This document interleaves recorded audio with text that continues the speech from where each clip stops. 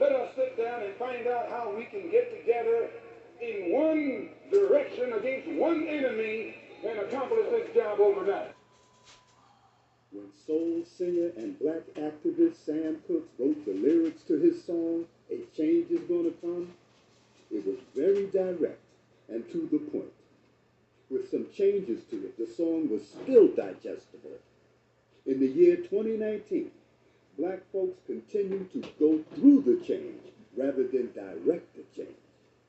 A community activist named Talik Ibn Rahman has made an appeal similar to what Sam Cooke was asking for. A change. It's said that the meek shall inherit the earth. We ask when.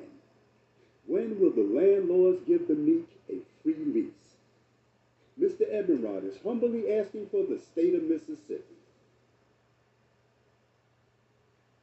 This is Dusty Basement Studios, and we approve of this message.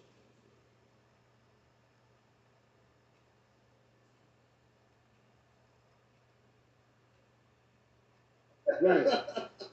Bro, you a genius. I ain't gonna lie. This is like, bro, you was a genius. I swear. You're gonna go down like a Elijah Muhammad or a Malcolm X with this. You finna go down in history with this one. I swear to God, bro. Well, I'm their child. You know, we all their children. Yeah, but bro, you know, you your own. You different, bro. I mean, to think of that. I mean, bro, this is genius. Like, I don't just say stuff just to be saying it. Like, I swear to God, bro, you are really on something to come up with this. I don't know how you came up with this. But Charles Blow talks about the fact that if you really want black power, consider going into 6 states. Now, I'm going to combine this with what the Honorable Elijah Muhammad told us as it relates to get states that you consider. And so when you look at the idea of returning back Louisiana as far north as Maryland, Alabama, okay, the Carolinas, there's a lot of black folk. Mississippi is the largest state of black folk. More black folk in Mississippi than any other state in the country. And so if we were to do that and go into our own, become our own senators, we would up the amount of black senators immediately, Congress people immediately. We would up, and by the way, when you run in the state, when you run in certain things, you don't have to ask nobody for reparations. They give you reparations. Something we can do. This is doable. The Mississippi Campaign represents everything that you claim that you want. The beginning of an all-black independent nation. The ability to control your own resources. Your politics. The law. Be able to do your own thing for a change. Create an economy. Create and produce goods that Africa or anybody on the planet would want. You think you don't want to do nothing. 3 hours talking about the Mississippi Campaign.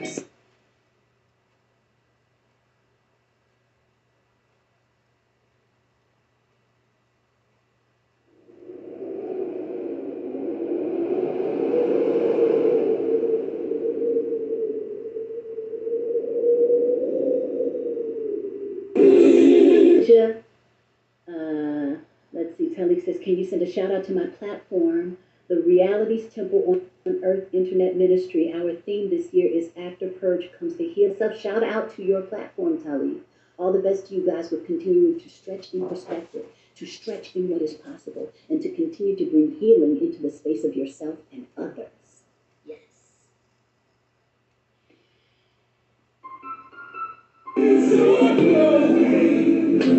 Just keep it going.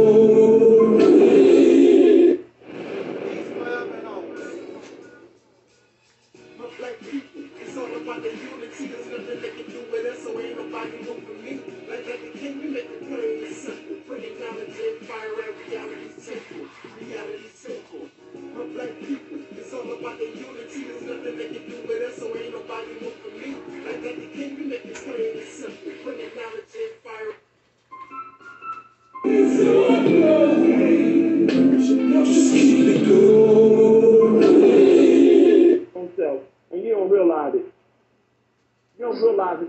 God has been imprisoned. The devil was able to imprison God. So right inside your own self, your God self has been imprisoned, and you have a false sense of self running rampant inside the temple. This is why, you understand what I'm saying? Yes, sir. We have to bring reality's temple here on earth. Reality's temple here on earth. Yes, sir. We have to realize the enemy is running rampant inside this temple. And that is Brother Talik from the Reality Temples on Earth channel. And if you get a chance to subscribe, please do subscribe to his channel. He's a good brother. You know, he's doing good work, and he wants to do good constructive things. He has good information to provide. So please do check out his channel if you get a chance. My brother Angel Snubnub 7 at the Reality Temple. And to give props to him, because I listened to all of Angel Snubnub 7's videos. I think that he comes from a different angle, and there's a powerful message in a lot of the videos that he put out, and I try to catch all of them. I look at him as a free thinker and a person that's willing to challenge those of which he don't agree with or which he may think differently from, and I really respect him for that. He's challenged KNBS, and he has also challenged the Black Supremacy movement as well. And I have nothing against that, because that which cannot be challenged cannot stand and will not stand and will not survive the test of time. How many challenges we can withstand will determine how long we will be able to stand.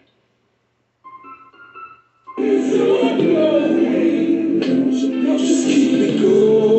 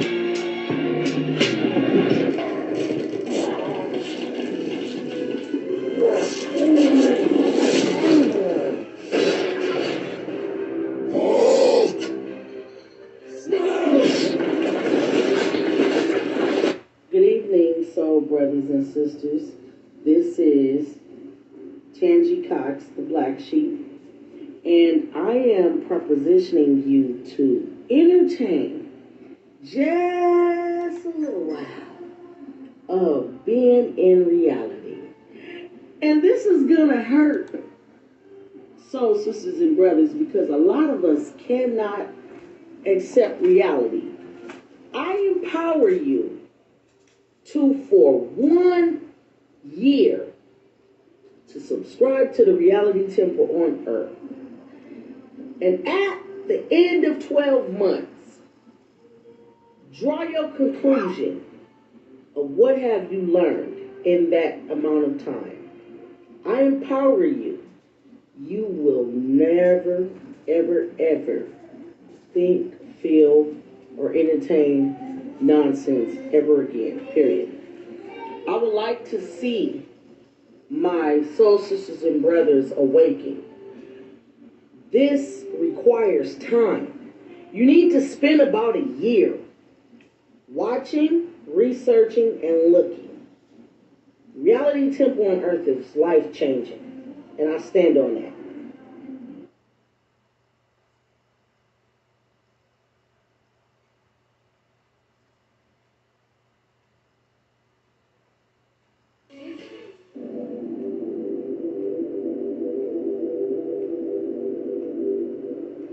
Ride. Let's get this party started. Ride. Let's get this party started quickly. Let's get this party started quickly. Let's get this party started. Ride. Let's get this party started. Ride. Let's get this party started quickly. Let's get this party started quickly. Let's get this party started. Ride. Let's get this party started. Ride. Let's get this party started quickly. Let's get this party started. Ride. Let's get this party started. Ride. Let's get this party started quickly.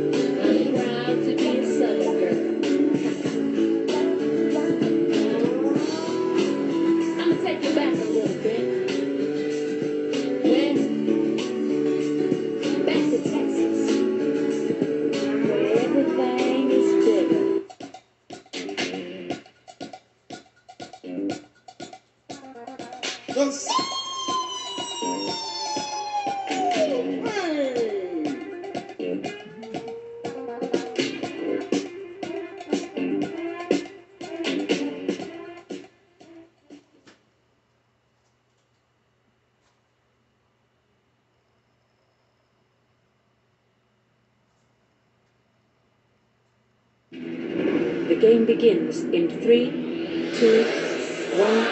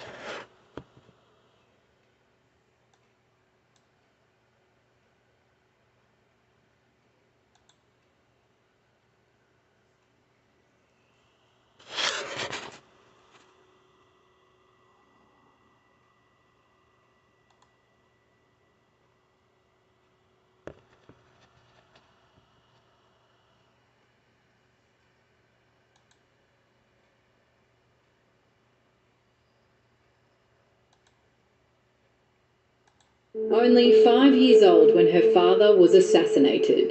Dr. Martin Luther King, the apostle of nonviolence in the civil rights movement, has been shot to death in Memphis, Tennessee. Dr. Bernice King has dedicated her life to his legacy. I have a dream that my 4 little children will one day live in a nation nation where they will not be judged by the color of their skin, but by the content of their character. A legacy that weighs heavier now than ever before, as a symbol of division and a symbol of unity collide. Dr. Bernice King, as history would have it, Trump's inauguration is actually falling on the national holiday that honours your father. How does that make you feel? I'm glad that it occurred on the national holiday. Otherwise, it would have been a day full of the inauguration and full of, Donald Trump, whose first 4 years was tumultuous and really frightening for a lot of people. This gives us an opportunity to see the contrast, to experience the contrast, and to really look at who we ought to be as a nation. Well, who ought we be?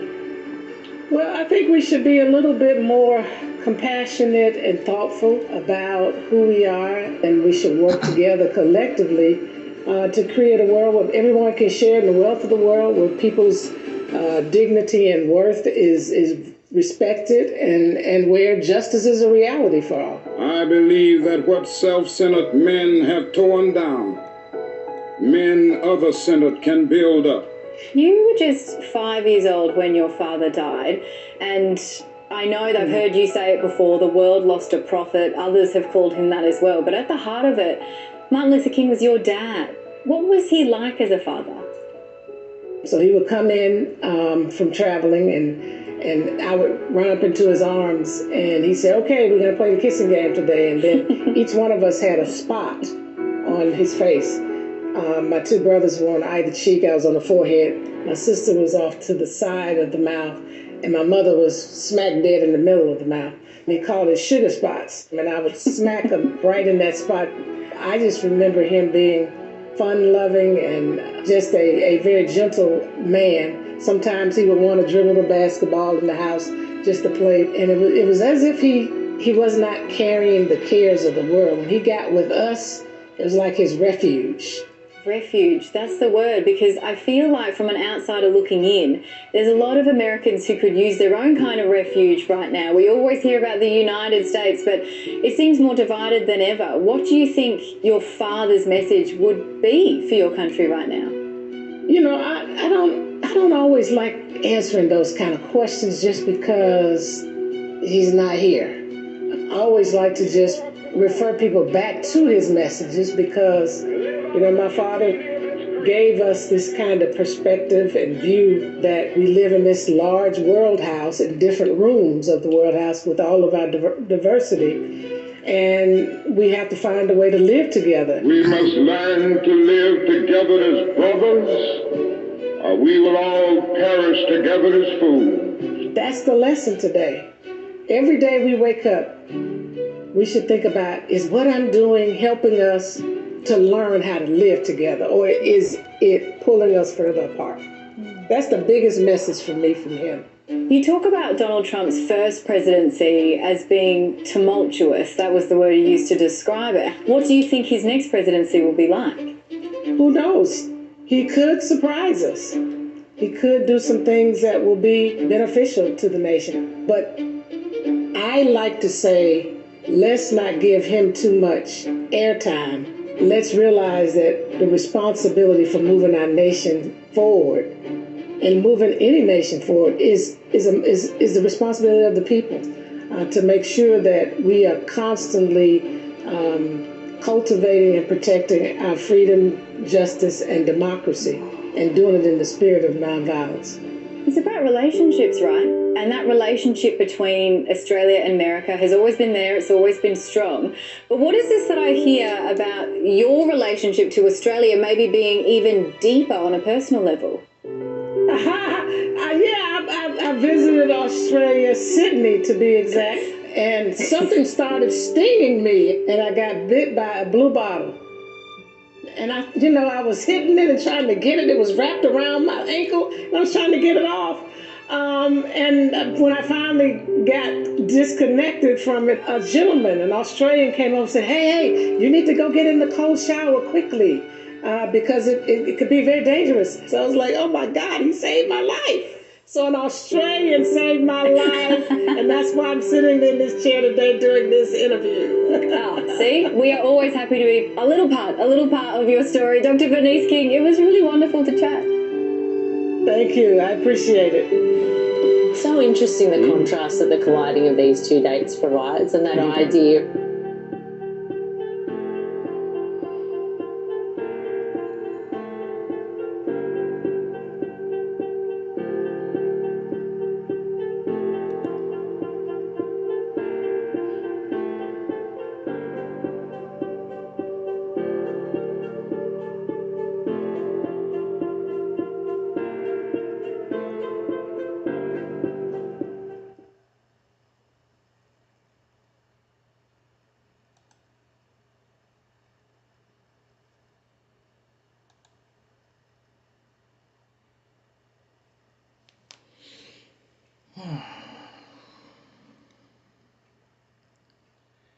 In the name of my ancestors,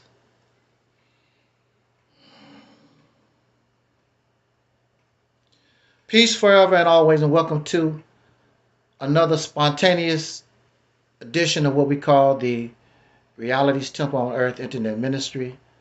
I am the gatekeeper, the host of this program, known here on social media. Wherever you may find me, I am known as the mighty Angel Snub 7. I am your soul brother, number one. Again, welcome to this spontaneous broadcast. I'm very sure many are involved in the discussion and the watching of the commentary of or from the inaugural speech, the inaugural presentation from the President Donald Trump. Also at the same time, today, January the 20th, 2025, this is also the day that the nation remembers and celebrates the memory of a civil rights icon. We know him as Dr. Martin Luther King Jr. I don't consider myself a very emotional person. But when it comes to Dr. King, when it comes to Malcolm X, when it comes to the hardships of myself that I suffered under oppression and injustice, on days like this, I shed a tear for soul brothers and sisters. I shed a tear for us, the Black American, the foundational Black American, the African American, the once called Negro, the colored, however these names, the copper colored people, or however you, the Israelites, the Moors, however you want to identify yourself, members of the tribe of Shabbat, however you want to remember yourself, however you want to identify, that's all right with me. But I shed a tear for us because of the horror, because of these generations of evil that we have to endure, struggling, trying to find our way in this world. And we have yet to find our way. We cannot even come together and say, this is our identity. We're identity confused. We can't come together for that which is beneficial for our rise as a people. So many selfish folks only looking out for what they want. not what is in the best interest of us as a people. First of all, we must become a people. We will never become a people when those in the East doing one thing, those in the West doing something different, those in the South doing something different. You'll never be able to accomplish nothing until you become a people. So we're nothing but feral slaves running around the nation, running around in this atmosphere with no place to go, except, as usual, where our massa wants us to go. Somebody else control our destiny. Somebody else tell us who and what we are. Somebody else tell us. So many black decided to vote for President Donald Trump for whatever reason. And we're going to see what Donald Trump, because Donald Trump knows that this group of black men supported him and they voted for him. What is it that they always say? One hand washes another. We're going to see how much hand washing that Donald Trump is going to give to these black men. What benefit? Except what is beneficial to the whole nation as a whole anyway. Is he going to do something special for the black man, the brother that voted for him? I mean, some of these brothers went all out for Donald Trump. They act like a little girl when it came to Donald Trump. When Donald Trump won, they jumping for joy and skipping around like a little child. What the hell? I'm like, what the hell is wrong with these people? Giggling and sniggling. You're a grown man and you claim to be free, but you're still in the same position as your ancestors, always looking for a massa to follow, always looking for a savior to follow, somebody to be a servant to, somebody to depend on. A man who is free governs his destiny. He does not wait for Donald Trump. He does not wait for Barack Obama. He does not wait for nobody. He takes charge of his family. He takes charge of his community, and he will take charge of my nation. But these men are content with following somebody. That's what you will hear them say. They might not follow Donald Trump, but they will say, I follow the Honorable Marcus Garvey, of whom President Biden gave an honorary pardon. I follow Noah Drew Ali. I follow Jesus. I follow going down the Yellow Brick Road, going to the Wizard of Oz. I'm going to see the Oz. Always putting your destiny in somebody else's hand. But at the same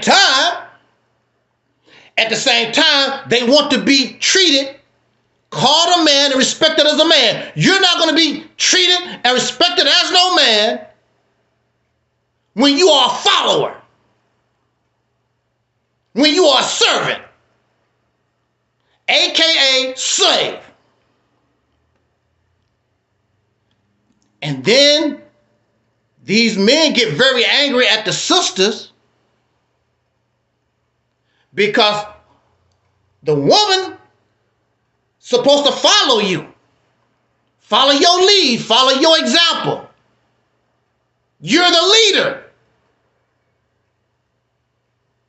But she sees somebody that's not worth following. And then they get angry because these women don't see a man. They see a slave. slave. They see somebody that need another man for guidance.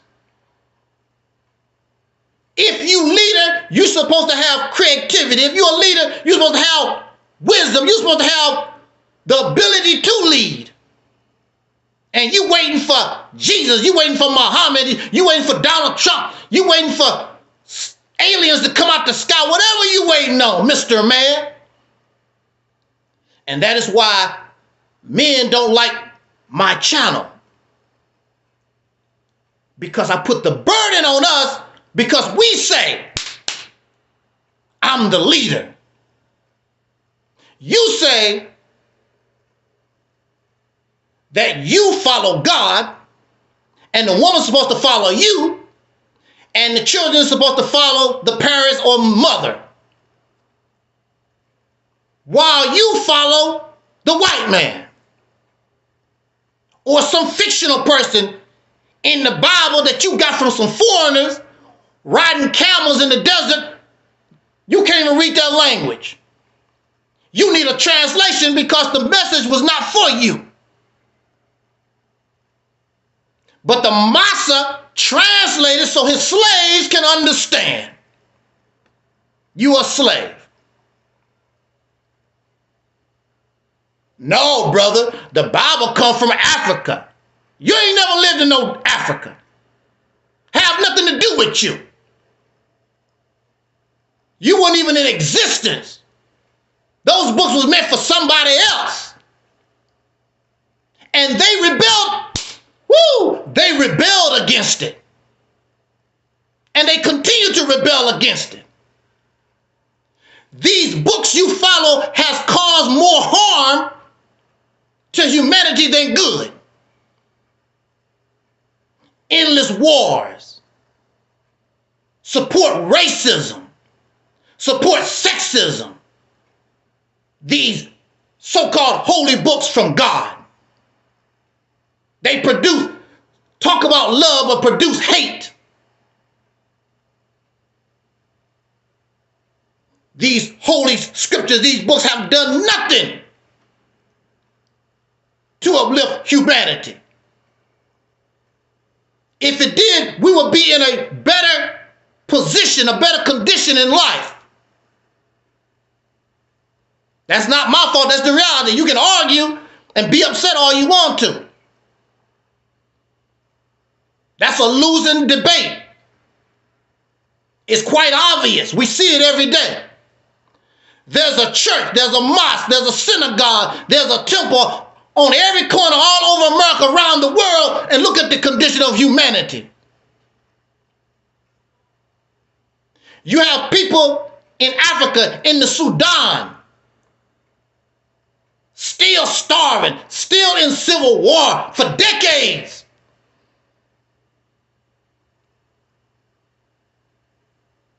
How many just died in Gaza?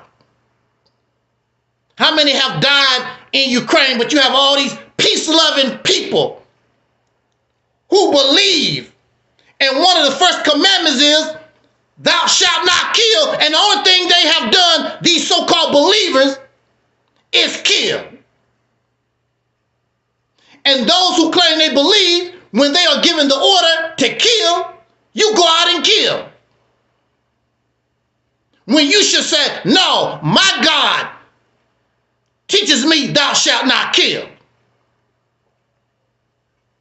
Most of these soldiers that go on the battlefield, they Christians and they Muslims, and they are taught thou shalt not kill, but they go out and they don't kill in the name of Allah. They kill in the name of the governments, the nations, these corrupt leaders who are men for the purposes of unknown origin. You're more scared of them than you are of your God. That's reality. So somebody needs to hold black men accountable. And you ain't gonna listen to no women. You're not gonna listen to a man, but your argument grows weaker when a man speaks. You happy to call a woman out of her name. and attack a woman, but then a man come and tell you that you got to straighten up. It's a different ball game. Then you run like the sissy that you are. You want the praise. You want the credit and the benefits of being Mr. Leader. But you don't want to earn it. You just want somebody to give you those praises because I got a penis. A dog has a penis. A goat has a cow has a penis. A wolf has a penis. And even they, in their group, you have to earn to be top dog. But you want somebody, here you are with your nose all up in Donald Trump's backside. And you want somebody to respect you. And you're a booty sniffer. You're a booty sniffer, not of another male in your own circle. You a booty sniffer of a male outside of yourself, who come from a people that made our ancestors slaves for over 300 years, who oppressed us for over 100 years, Jim Crow and the Black Codes. And that produced a Dr. Martin Luther King Jr. Let's talk about this and get out of here. Bear with me. I get upset on days like this. It's a hurting thing. I can feel the bullet hit my neck. I can feel those shotgun shells hit my chest when it comes to Malcolm X. I can feel those bullets when Fred Hampton was laying in that apartment in Chicago and those racist Chicago police shot him to pieces. I feel those things. But I can't fight by myself. If it was up to me, we would be in a better place because I'm not taking it no more. I don't care about your money. You don't treat me like a man, we're both not going to have happy times. Because you die, you bleed just like I do. But the gender that I come from don't have that kind of strength. They're docile when it comes to the enemy. Some of them talk like they're going to do something. They're not going to do anything. Haven't done nothing since the death of Dr. King, over 50 years. You comfortable in this cesspool because my gender is docile, waiting on a savior, trying to follow dead people. You can't follow Malcolm X. He's gone. You can't follow Dr. King. You can't follow Noble Drew Ali. And the ones that's alive you're trying to follow are incompetent. They have no idea what they're doing, just talking some trash. I can say that because time supports what I'm talking about. They have produced nothing except send me a cash out. A bunch of pro-black conscious beggars. And you happy with that because they're like you. Because that's what you are. A comfortable pharaoh slave. A beggar. Waiting on massa. Waiting for somebody to come and do something for you. But I understand. Because it's difficult. It's difficult. It's hard being a man in this racist society. But no more excuses. Because Dr. King and Malcolm and all our people before us have put us in one of the best positions ever. You want to pretend you're a freedom fighter. You want to put on this illusion. I'm sick of it. You're not real. And a lot of the sisters, they know that you're not a full functioning man. And unfortunately, the women, they trying to be good to you. They trying to comfort you with your little accomplishments, your little tiddlywink stuff. And when you cry, oh, it's so much against the black man. Yeah, baby, I know. The black woman, here go mama, let me put you on my breast. You fall down, you're a grown-ass man, and you want the black woman to kiss your little knee. Life is so hard for the black man. It's always going to be hard. That's why you got to get tough. What is it, that old saying? When times get tough, the tough gets going. You can't get going being weak. When the challenge comes, you got to stand up and be tough. These folks, they want somebody to baby them and cuddle them.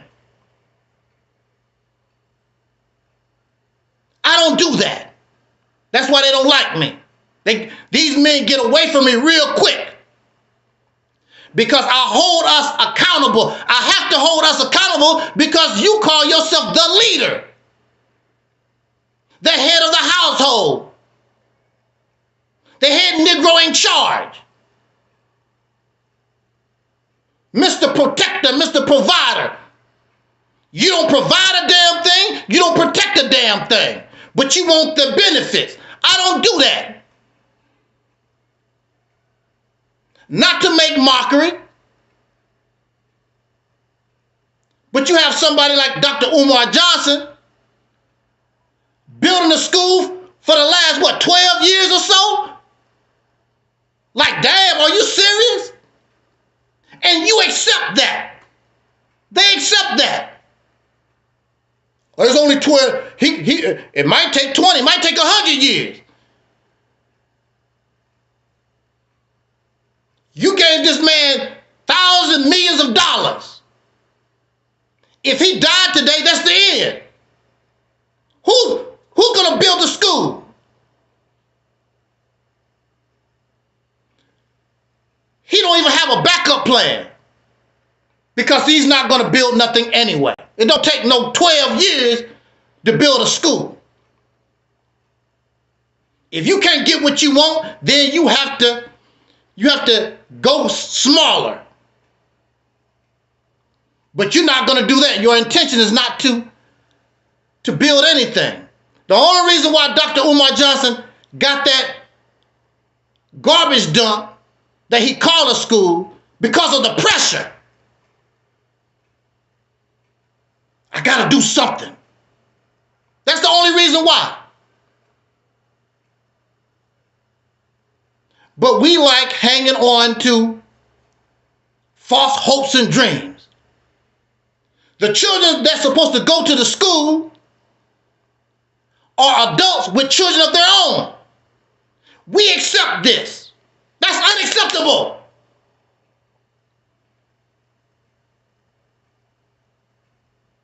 The Nation of Islam make all these promises. 40 years, they have nothing, little or nothing. After getting millions of dollars.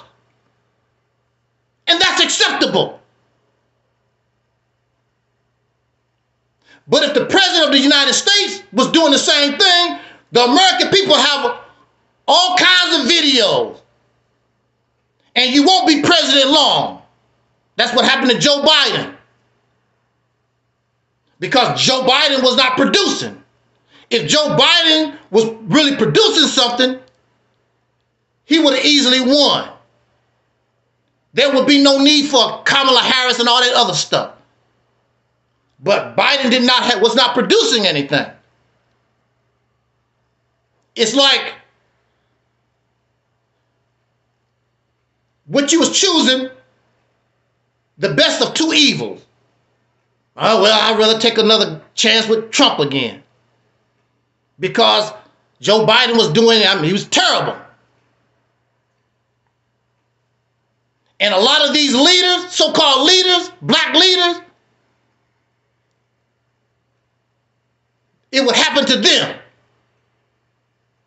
This has nothing to do with like. This is about producing. I like you, Umar, but you're not producing. I like you, Minister Farrakhan, but you're not producing. I like you, Sonetta TV, or whoever these people that y'all give your money to, they're not producing nothing for you. You happy with the fairy tale story. Then you have the nerve to make mockery of Dr. King and his I have a dream speech when you do the same damn thing. I have a dream. We're going to have a school, an African school, and little black boys and big black boys will come together and learn African spirituality and African science. I have a dream. You do the same thing. It's hard and difficult being a man. I understand. In nature, among mammals, and the human being is a mammal. A mammal is any life form where the babies are given milk to drink. We are mammals. Human beings are mammals. And in the natural world, among mammals, most of the time, there's always exceptions to the rule, but among mammals, most of the time, the male, he rolls solo. The only thing he does, he get with the female during breeding season, she go her way, and he go his way. They just get together for sex, just like we do. That's the way y'all do. We don't have any families no more. We just breeders. You go get with a woman, get her pregnant, you go your way, she go her way. There is no family. So the male either rolls solo or he stays among the females, which create a family. His job is to provide and protect. He does not lead the family. The females lead the family unit, not the male. His job is to protect and sometimes provide for the family.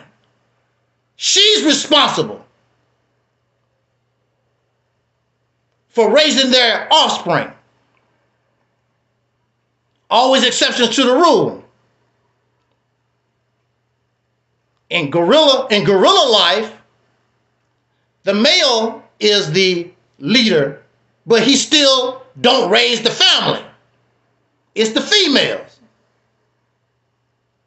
In our patriarchal society, what has happened is the male wants all the glory. He wants to be the leader. He wants to be the provider, the leader, the protector. He wanted all. And man has become so sick. They are in the biology room, these scientists, trying to find out how you can put a uterus in a man so men can have babies. This is how sick the men have become.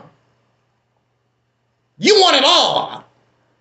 You don't want to give no credit to no woman. I want it all. Because you think that her role, she gets all the accolades. But she's the one that carried the baby for 9 months. She's the one in the natural world that feeds the baby. She has more of a connection to the child. And men are jealous of her connection with the baby. You want it all. That's sad. It's a sad thing. When you should be content with your role as a male. Protect and provide. And lead the family right if you're a leader. In our circumstance, in our situation, the man has failed. It's not your fault. We're going to talk about it. It's not really your fault. You're trying to copy white people. You're trying to copy some Arabs. You're trying to copy. You don't know what the hell you're doing. We live a confused life because these role models and these things did not come from us. We trying to copy Arabs. We trying to copy the Chinese or what they did in Native America. What you think the Hebrew Israelites done, or well, we trying to copy somebody else's culture instead of have developed our own. So living under this culture is really difficult for us as men. So it's so difficult to be a man, a black man in this culture, to be a soul brother in this culture. It's so difficult. Many of us would rather be transgender. Because if I'm transgender, you don't have to live up to the expectations of being a man no more. Because I'm a woman now. I believe I'm a woman. So you don't have to worry about providing, protecting, and being a man. I'm a homosexual. So you don't have to be a man. You have to, when I'm a homosexual, when I'm transgender, when I'm all these things outside of what I was born, so now I'm exempt from being, so don't expect me to be like Dr. Martin Luther King. Expect me to be like Coretta. But even Coretta was strong. But it is the male, it's the man that's supposed to be the provider and the protector. He's the one that's supposed to be the leader. Coretta Scott King walked with her husband, but she stepped back because he's the leader. And he was a competent leader. He led to the best of his ability. He was only 39 years old. Malcolm was a young man. Huey P. Newton was a young man. Fred Hampton was in his 20s. They was babies. But the circumstance, I got to grow up fast now because of the circumstance. Like some of you was born in families and you couldn't be a child. You had to learn how to be an adult real quick because it was about survival. So we had these young men. They never fought a government. They don't understand. All thing they knew is we are being oppressed. I got to get this sucker off my back. They didn't know. Have no idea what they was dealing with.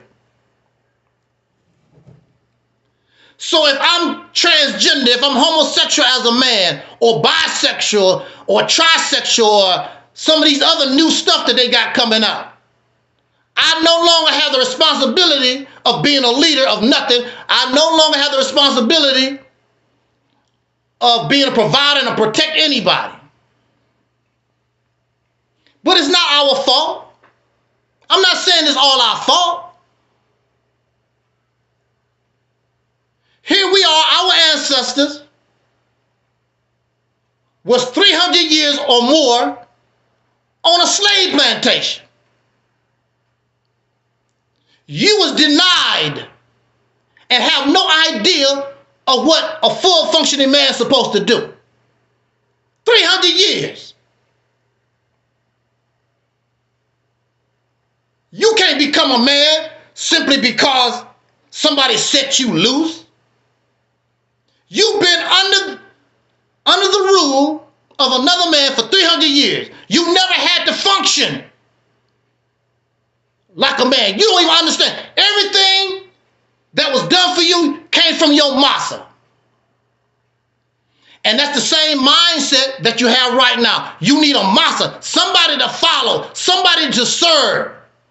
You still have the same mindset. You have no idea of what the concept of freedom is. You have no idea what the concept of being a man is except talk. And before you could grow to begin to understand what manhood was or should be, they murdered our leaders who was growing every day. We're going to put an end to this. So it's lots of pressure on black men. And we must be held accountable. When we go to McDonald's and something is wrong, you don't ask for the person on fries. You don't ask for the cashier. You ask for the person in charge. I want to see the manager. That's what you say. Because the manager is the one that's held accountable for the restaurant. If we are the heads of household, if we are the leaders, and things is going wrong, then who is supposed to be held accountable? It's not the black woman. It's the black man. Because you say, I'm the manager. Now, if McDonald's is turning a profit, you want all that praise. Look at my management skills. We only did $800 last night. We did $1,500 tonight, and we steady making money. You love those type of accolades. You don't like when things go wrong. Hey, we might have to shut this McDonald's down. Y'all not making no money. Well, sir, I'm doing the best I can, sir. But you the manager. Either we shut this McDonald's down or we fire you. That's how things go. But in the black community, because I love Minister Farrakhan, I just love Noble Drew Ali, which Noble Drew Ali is deceased. I love Malcolm X. I love it. I do. I sure do. I love it, Malcolm X. I love Huey P. Newton. All these people are gone. They cannot help you. I love it, Marcus Garvey. They're all gone. You can't follow them. And they were in a learning process. They were not full functioning men. They were in a learning process. You don't become a man after being on the slave plantation for 300 years. We've only been so-called free a little bit over 100 years, right? But our ancestors spent 300 years as a slave. You ain't nowhere close. We think freedom is playing on YouTube, playing on TikTok, getting a McDonald's hamburger, talking about I'm a vegan. And you can buy a car made by the white man because you like driving cars, but there's no car factory. You like to eat, but you don't want to get your hands dirty in the dirt. We have no farm. We don't have no farms. We need electricity. We don't have any power plants. We don't have any gas.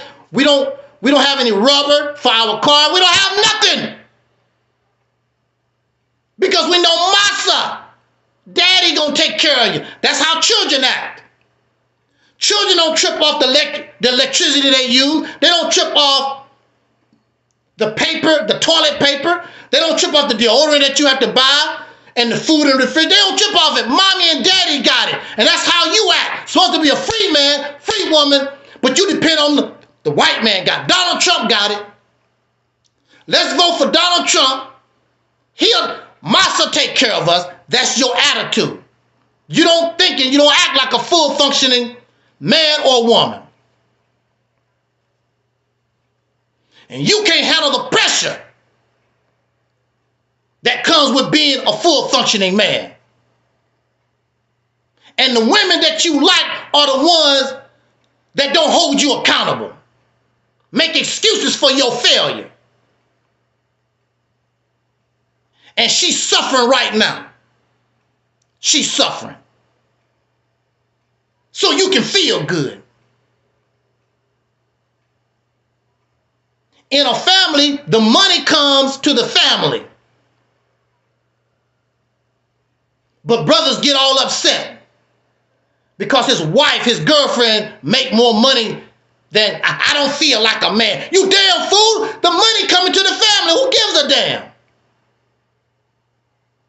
They're your children. Feed your children. Change the diaper. I don't feel like a man. You ain't a damn man anyway. Who cares? And you still not no man because you jealous of your wife or your girlfriend because she make more money than you. Who gives a damn? They did that on purpose so I don't feel like a man. Who gives a damn? Who tripping off of that? Sometimes, the majority of the time, female lions go out and get the meal. But male lions, they can get down too. But the majority of the time they don't. Usually the females go out and get the meal. He's the big provider. He's, well, the big protector. Nobody cares as long as they get fed. Whether the male lion gets the food, whether the female gets, nobody cares. Your silly ass. Who gives a damn? It take a man to say, go ahead, honey, make our money. I got your back. I got the children. I got us. Who gives a damn? Your ego, because it's filled up with all this fanny and fiction. That's a leader. A leader can say, look, I'm not getting the job done. Brother, sister, could you step up? I know y'all like me and everything. I'm not getting the job done. That's leadership. If I can't drive the car, then let somebody else do it. That's a real man. That's leadership. But we're not like that. The sucker driving the car in the ditch. I like him. Y'all going in the damn ditch. But you don't mind going in the ditch because I like so-and-so. You like his personality. And both of y'all ass, everybody going in the damn ditch. What kind of leader are you? It's a lot of pressure being a man. But I cannot give us a free pass. You can't get a free pass because you'll never grow. When it gets tough, the tough gets going. That's why you're not tough. These people come on my program, or I'm in the chat rooms. These men get to crying when I hold them accountable. The only thing on their mind is sticking their penis in somebody. I'm gonna have a family. You don't have how you having a family when the white man taking care of you and your children and your wife, and you know it. You don't produce nothing.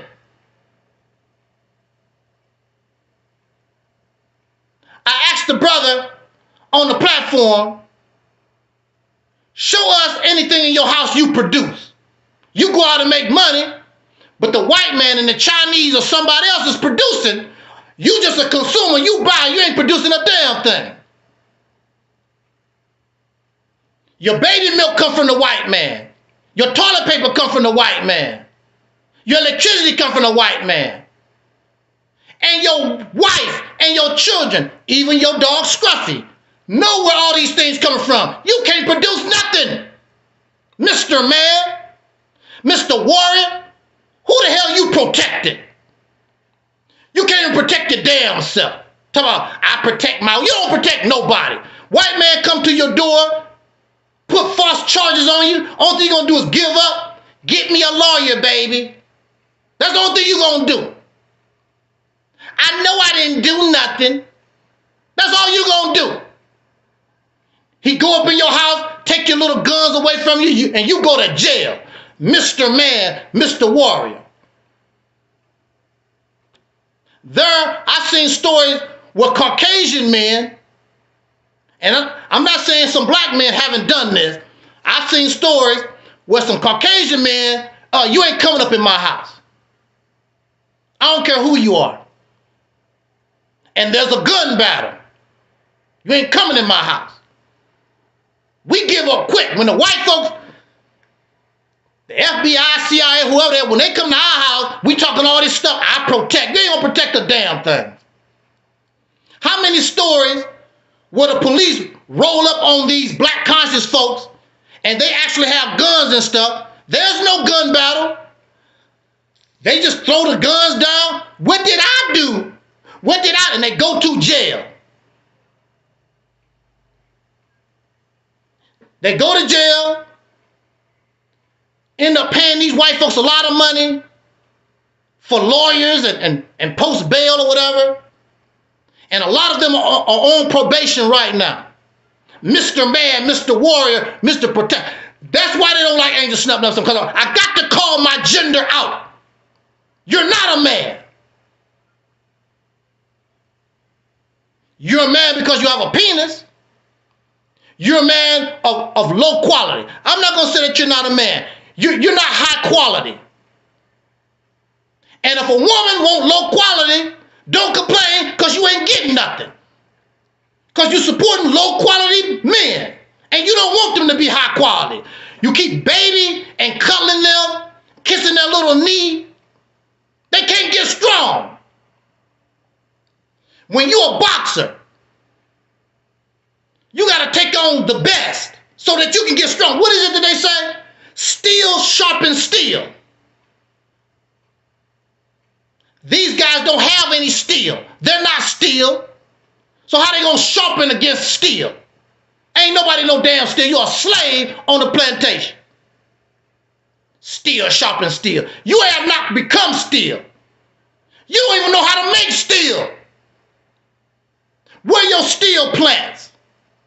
You buy your steel from the white man. You buy your steel from the Chinese. That's why they don't like Angel Snub Nub 7. You a man. We supposed to be men talking all this crap. Then earn it. No more free pass.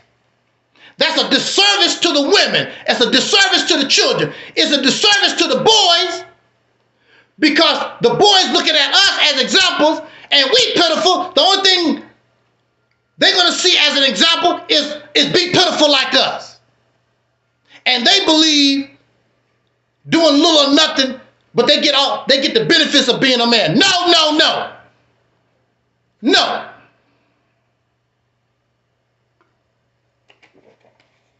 That's why we don't have nothing.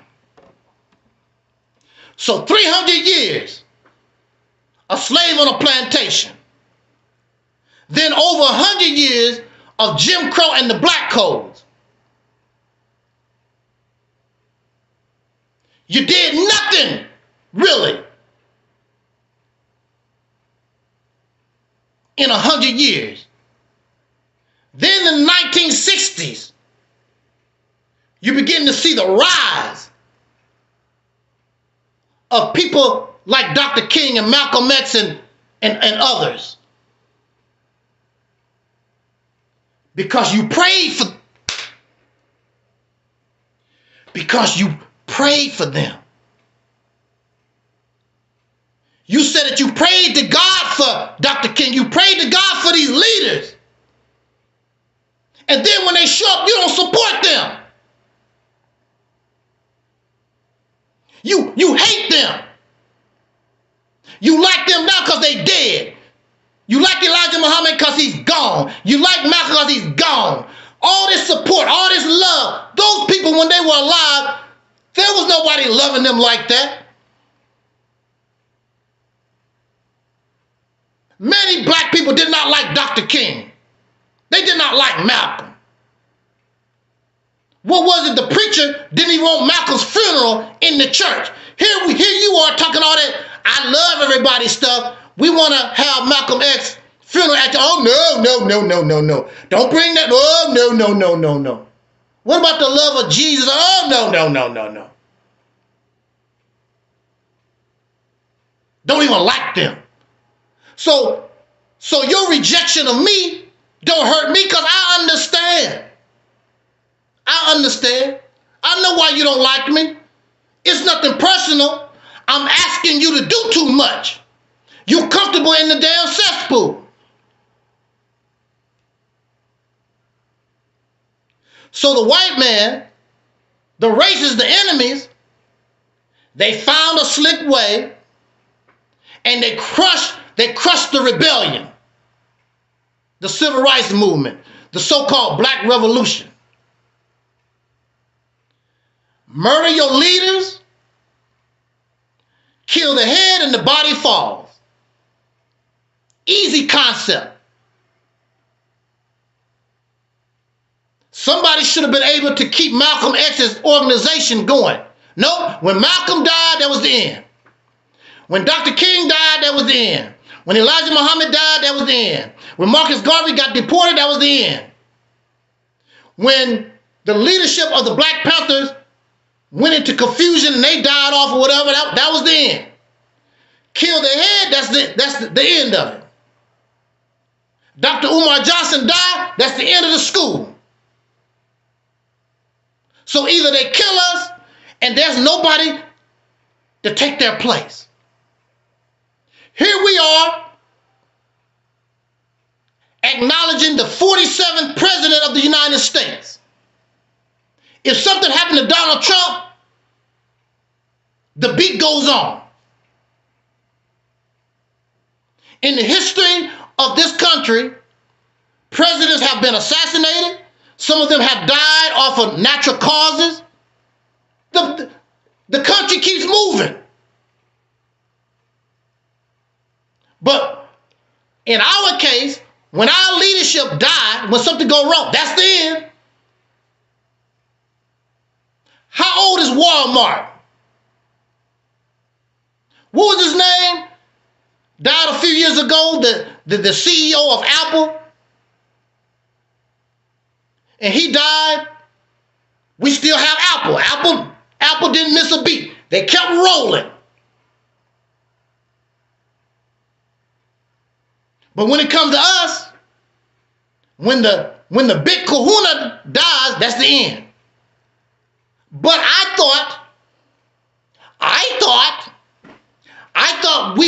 thought black men was leaders. If you a leader, then somebody should have easily took up the baton and kept leading. No, you fell apart.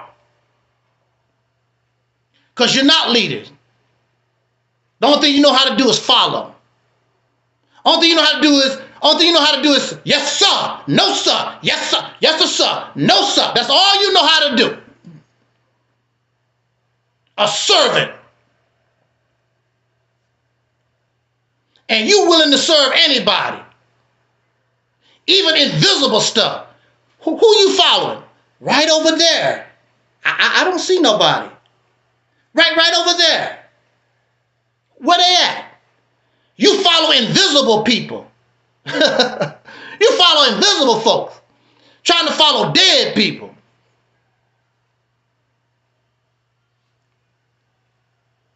So they come together.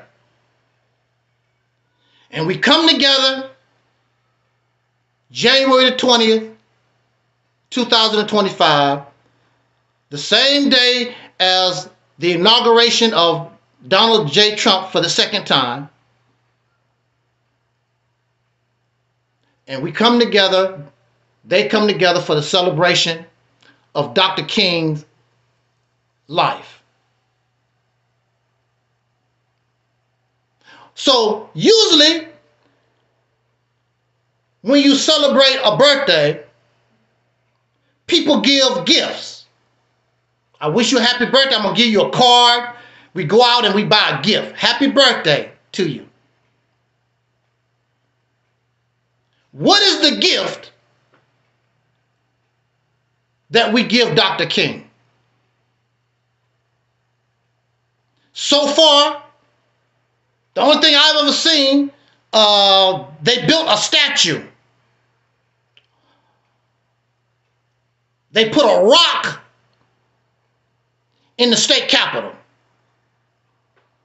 They molded a rock in his image. Have they done anything? Have they acted on the principles that the man lived? No. Have they accomplished anything? Have they made his teachings and what he stood for any progress? No. Because the leader is dead. And the only thing a slave know how to do is wait for another massa. That's the only thing a slave know how to do. Because you're not leaders. You don't provide. You don't protect. And this is acceptable. This is acceptable that we celebrate this man's birthday every year and give him nothing of substance. Nobody can stand up and say, Dr. King, thank you for what you've done. Look at our nuclear power plant. Look at our farm. Look at our state that we took control of. You have nothing to celebrate. You have nothing to celebrate. You ain't done a damn thing. But this is acceptable to slaves. See, my channel is not a slave channel. And when I talk, I include myself. But the difference between you and me is that I will acknowledge it. I confess it. I don't want unearned credit and praise. If I don't earn it, I don't want it. If I'm not producing something, I will tell you. I can't produce nothing. I don't sell false hopes and dreams. I don't care about feeling good. Because the reality is you're living bad. This is not acceptable. This man sacrificed his life. He didn't have to do nothing. He could have just had his family and live his life the way y'all do. This man decided, and many of our other brothers and sisters decided to sacrifice their own personal wants for us. They're the real Jesus, not that sucker that y'all got on these church walls. Jesus is more than one person to me. Jesus is Dr. King. Jesus is Elijah Muhammad. Jesus is even Louis Farrakhan. Jesus is Jesse. Anybody that tried to do anything for us. I don't care what it was. They tried. And I stand on their shoulders. I would not be here if it wasn't for them. Whether it was a little or a lot. There's so many unknown people that we don't know. I acknowledge you. Because you helped Dr. King. You helped Elijah. You helped Noah Joe Ali. You helped Marcus Garvey. You helped. And they should be honored. That's why I say, with our vision of Operation Exodus Mississippi campaign, they will be remembered. We need a Vietnam memorial for all our freedom fighters. And put their names on the wall. We also need a wall of shame for all you suckers that tried to stop our progress in your ignorance. It makes no difference. There needs to be a wall of shame. let your family know that you're a damn traitor. Let your family know what you really was. These things are not acceptable. And men, this would not, if you was full functioning men, these things are not acceptable. You have your women and our children watching us, and they see that you're not a full functioning man. You're not capable of producing nothing. You want these accolades. You want these benefits. I'm not going to give it to you. So you go somewhere else where they can tickle your ear, kiss your little knee. Go somewhere where women can put you on their breasts. And that's what's wrong with y'all. That's what's wrong with you. You're spoiled. We've done nothing since the death of Dr. King. We've added nothing. This generation has added nothing except talk to the work of Dr. King, to the works of our ancestors, what they tried to do. And these was young people. They did the best they could. But now, you know better. And we learn from their mistakes. So we should be able to go forward. But no, all you did was got stuck in the hole. And you're comfortable in the cesspool. And you want somebody to let you pretend. You know how you get behind the wheel of the car and the car is not even started. You pretending you driving. You just pretending you're a freedom fighter. You pretending you're a revolutionary. You behind the wheel, the car is not even on. You're not even, so you know you're not going nowhere. This is not acceptable. It's hard being a man. Easy to be a low functioning man. It's easy to be a man with a penis. A man can make changes. In the 1800s, we're going to wrap this up. Look. In the 1800s, a religious group called the Mormons. Y'all smart, Alex, these y'all historians, you know about the Mormons. You familiar with the Mormon church and all that kind of good stuff.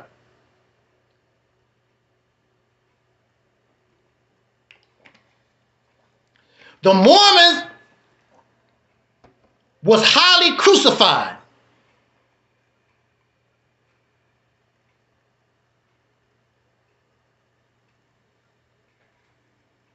By other white people. They did not like their religion. They didn't like how they practiced Christianity. But the leadership, the men, and the women sat back in the cut and let their men lead. And their men, with their vision, with their tenacity, they went on to create what we now know of as the state of Utah. So when these men talk, the women should listen. They should listen because as men, we gave our women, our children, the state of Utah. How dare you talk against the men? Female Mormon lady, we put you in a state recognized by the federal government that has not missed a beat since it became part of the Union, the state of Utah. So those men have a right to complain about their women, talking about them, because look, I gave you a state. That don't mean that you should abuse women. exploit women, discriminate against, but you can say, hey, as a man, as men, we gave you a state.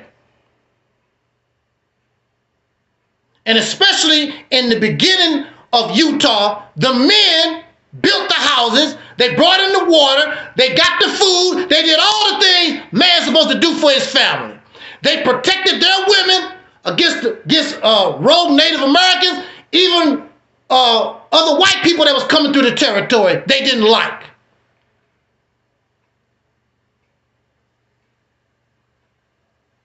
So those women aren't in a position to really do a whole lot of complaining.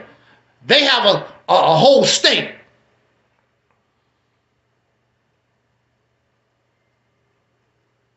But again, it's not your fault. It's not real. We have no idea. You've been on the slave plantation for over 300 years. We don't know. We don't have no idea. All that we know how to do is serve and follow. And we're proud of it. I follow the Honorable Elijah Muhammad. I serve. They even use that word. I serve Noble Drew Ali. I serve Jesus, whatever. The only thing we know how to do is follow and serve. Have no idea how to lead anything. If you vote as a man, if I vote for Donald Trump, we voted for Donald Trump as men, then Donald Trump's supposed to give us something. Look, man, we voted for you. No, you ain't gonna ask Donald Trump to do a damn thing for you. I believe Donald Trump only has one cabinet member, I believe.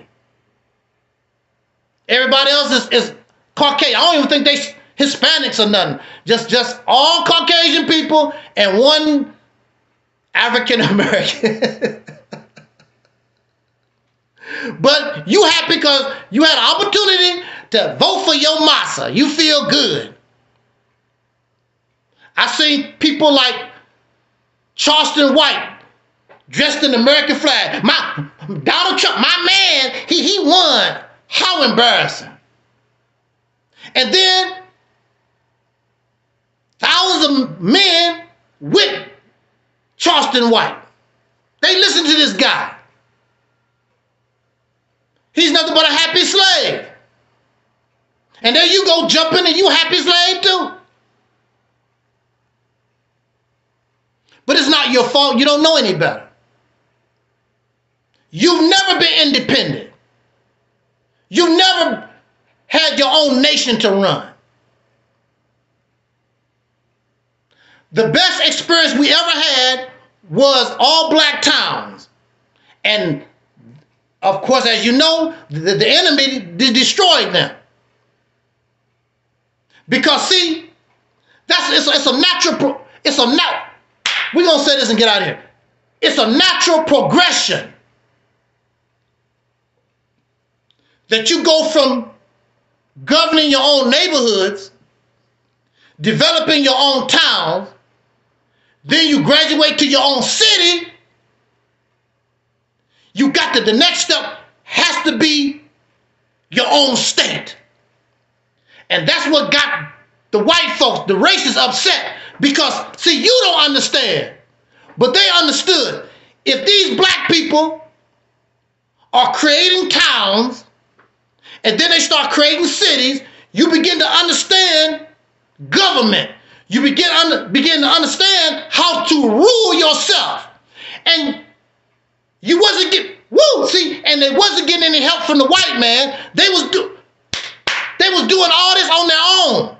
Figuring things out, trial and error. They was building a town, building the city. So you got to be looking out. I'm going to take control. And it's not like you trying to do it, but the natural progression as you begin to build cities in the state, next thing you know, you done took control of the state. That's why they had to stop those people in the South. That's why they had to put on the mask, get on those horses and terrorize our people. Because they understood what's going to happen in the long run. Next thing you know, all these Caucasian people going to be under your rule. your laws that you make. And they say, I'll be damned. I'm going to be under the rule and the control of some Negroes. They were not under the rule and control of Barack Obama because he was president. President is nothing but a manager in somebody else's house. But you take a state, you control the laws in that state. Soon as they come across the border, you belong to me. And this is what we do in Mississippi. And you can put on your hat like Eddie Murphy did in, I forgot what that movie was. What was the name of that movie? There's a new sheriff in town, and he's Reggie Hammond. It's a new sheriff in town when they come to Mississippi. And Mississippi not going to be a ghetto. When you come to Mississippi, people going to say, damn, this place is clean. Dang, the people so mannerable. Because the children going to learn that from an early age. They're not going to be these clowns, and they're not going to be ghetto. You're going to bring your intelligence to the state. You're going to bring up all this crap that's been poison to us for the last 100 years. We're going to clean ourselves up from the children. They won't know nothing about the poison. We are damaged goods. The children don't have to be damaged goods. Woo! You just don't know. This is what they was afraid of. So, J. Edgar Hoover said that Dr. King was the worst out of all these rebellious Negroes on the slave plantation. And when we talk about Dr. King, they talk about the soft side, the docile side. But if you get on YouTube and do a little research, you hear other words from Dr. King. He's not this integrationist person they always talking about. But see, when somebody died, they can't defend themselves. So people take them, and you can paint a person any kind of way that you want to. They can't say nothing. Malcolm X can't say, I would do this or that. Dr. King can't say it because they gone. So the people that's living, Marcus Garvey, they take Marcus Garvey teachings and make it anything they want to because he's not here to say, that ain't my teacher. I didn't tell y'all to do that. You don't like living people because the living can tell you, no, brother, we don't do that. No, sister, we're not going to do that.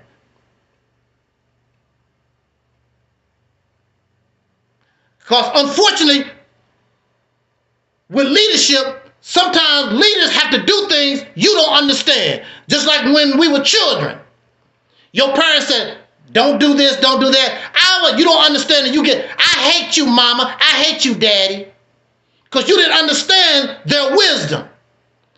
Until you got older and you begin to understand, oh, I see why mama said that. I see why daddy said that. Leadership is not a popularity contest. Leadership is about getting the job done, making progress. It's not about whether you like me or not. Can I produce? If I tell you something, can I produce it? If I can't produce it, I'll sit my ass down.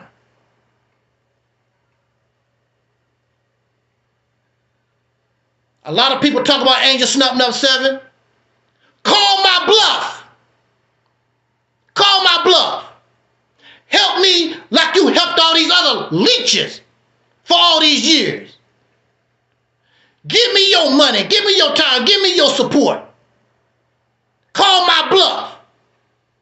And let's see what Angel can do. Since I'm running my mouth, I say I can do this and blah, blah, blah. Operation Exodus, Mississippi campaign, blah, blah. Well, call my bluff. Prove me a lie. You're not going to do that. Because you're afraid of success. You really are afraid of freedom. Because once you begin to do your own thing, you can't blame the white man no more. They still talking about the white people this and COINTELPRO and what white folk. I don't give a damn about what white people doing. I don't care about what the Chinese doing, what African doing. I don't care about that stuff. I care about what we doing. If they get in the way, then we deal with them. We handle them.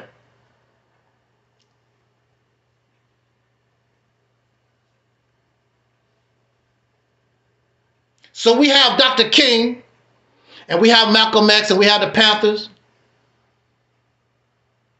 And again, all these people are young folks. They have no idea of how wicked and deception and they have no idea how rough the United States government was and the police. They have no idea how evil these people are. They did their best. And we should learn from their experience. They sacrificed and they died. The real Jesus, they sacrificed and they died so we could live. And it's a damn shame that you just enjoy the cesspool. Want to be drug dealers or some other stuff. They don't get no skill. They have no respect for education. After our people died and sacrificed for us. Go straight to the back of the bus. Don't even want to sit in the front. They go straight back to the back of the bus. They substance abusers. Our ancestors died for people who don't give a damn about education. They died for substance abusers, porn addicts, sports addicts. They have no respect for nobody. A bunch of know-it-all. They got the knowledge. I've never seen a group of people who have all this knowledge and don't have nothing. How you gonna have all this knowledge? I done my research and don't have nothing. What's the sense of having knowledge and you don't know how to apply that knowledge? And you don't know how to properly. Most of the so-called knowledge that we get is for a university, for a school. It does not help us in real life. It's just some stuff, some philosophy that you can learn in school. It does nothing for us in real time.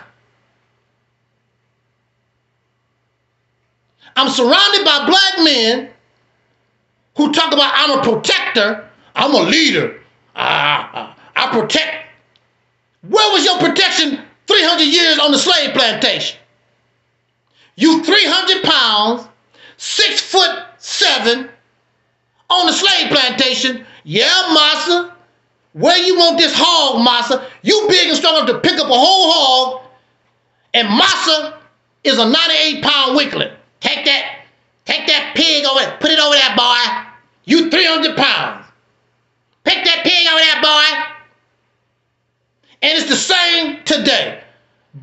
Matter of fact, some of the weakest brothers are the ones that's physically strong.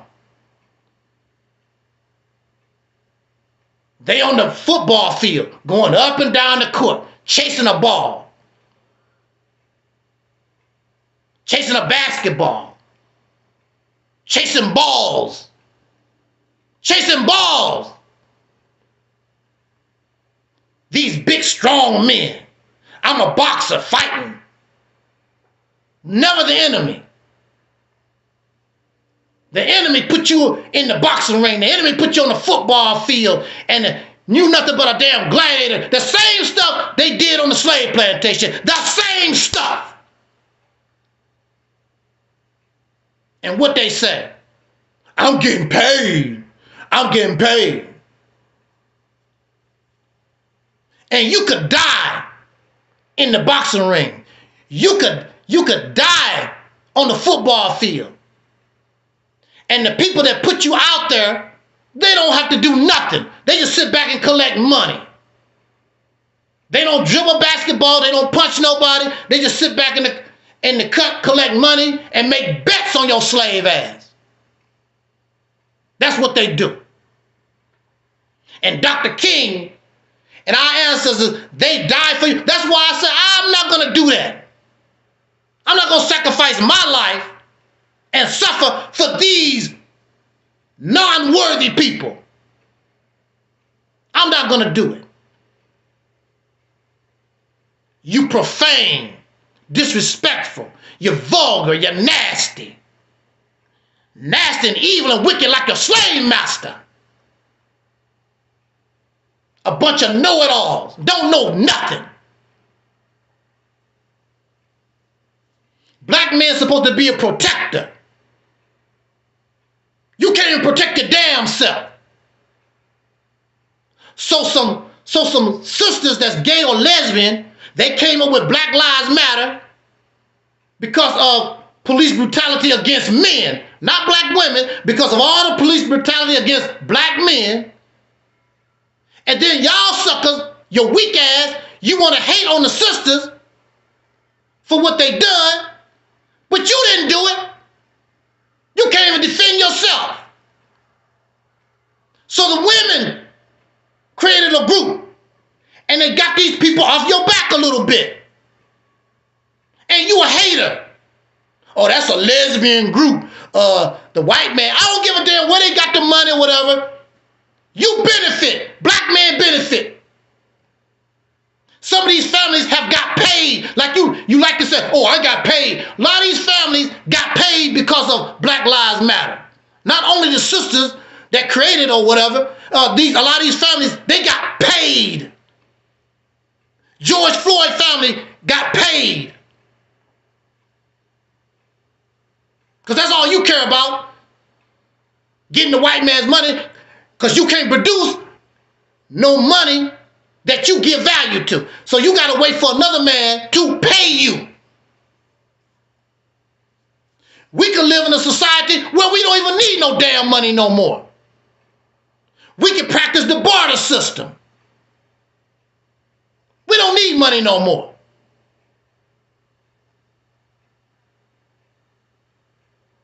You can put yourself in a situation, you can create your own monetary system. When you come to Mississippi, you got to turn in that money and use our currency. It's a lot of things you can do when you control the house.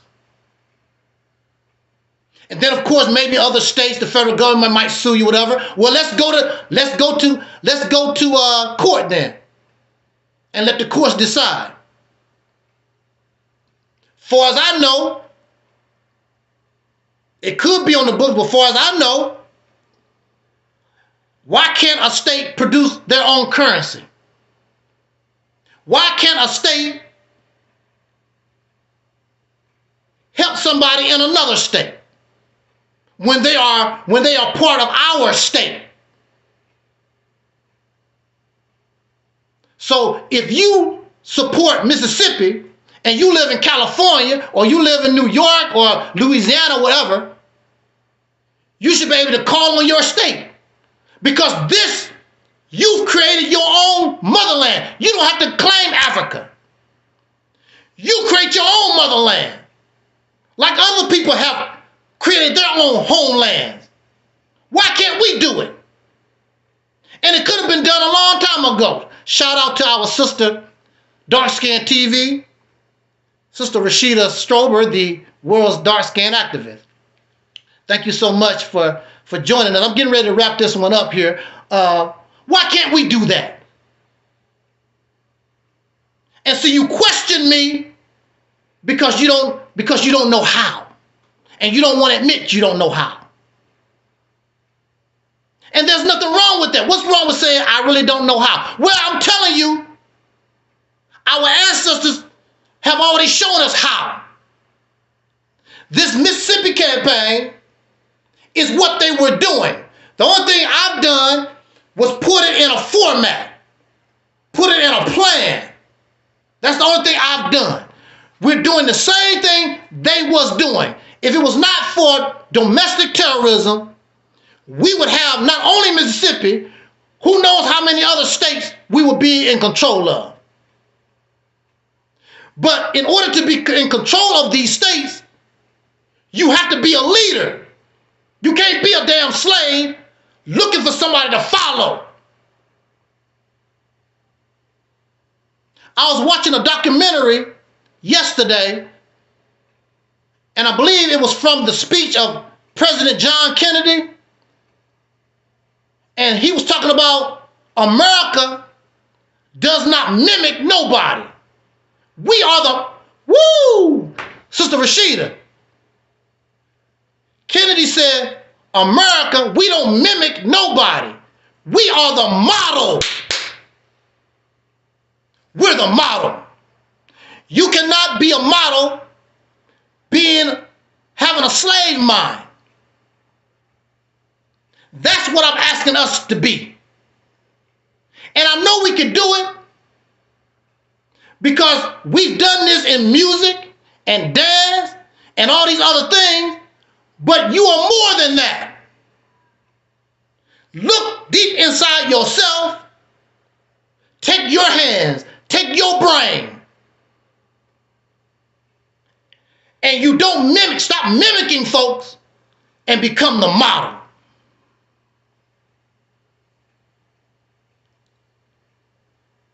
Stop accepting this pretend freedom we have. There was a word I used to use back in the day. I called it backyard Negroes. You know how it is when you have a dog that lives in the house, then you open up the back door so the dog can run out, so he can do his thing, take a dump or leak, whatever. And the dog goes out into the backyard, but that dog act like it's free, running up and down the yard and running. But the dog is still in a fenced-in area. The dog is still incarcerated. But in the dog's mind, I'm out of the house. I'm free now. I get to run around. It's still jail. It's still prison. You're still in the house. You're just in the backyard.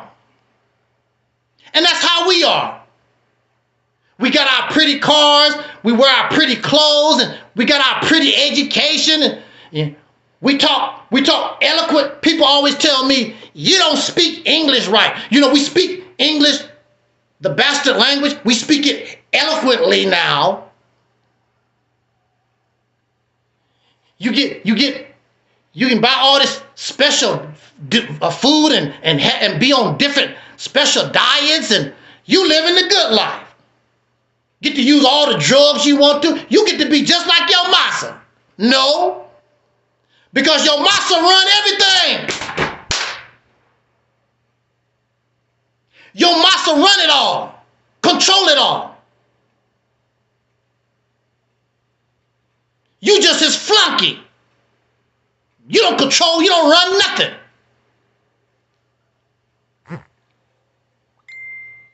So they laugh at Operation Exodus Mississippi campaign. Most of them don't even know what it is. Don't know how it operates, don't know nothing. And laugh in ignorance. But what have they accomplished since 2018? Since I presented Mississippi campaign in 2018, this is 2025. What have they accomplished? It's thousands of them. They give these people millions of dollars every year. And what do they have? Begging for cash outs. Don't forget, donate to my cash out.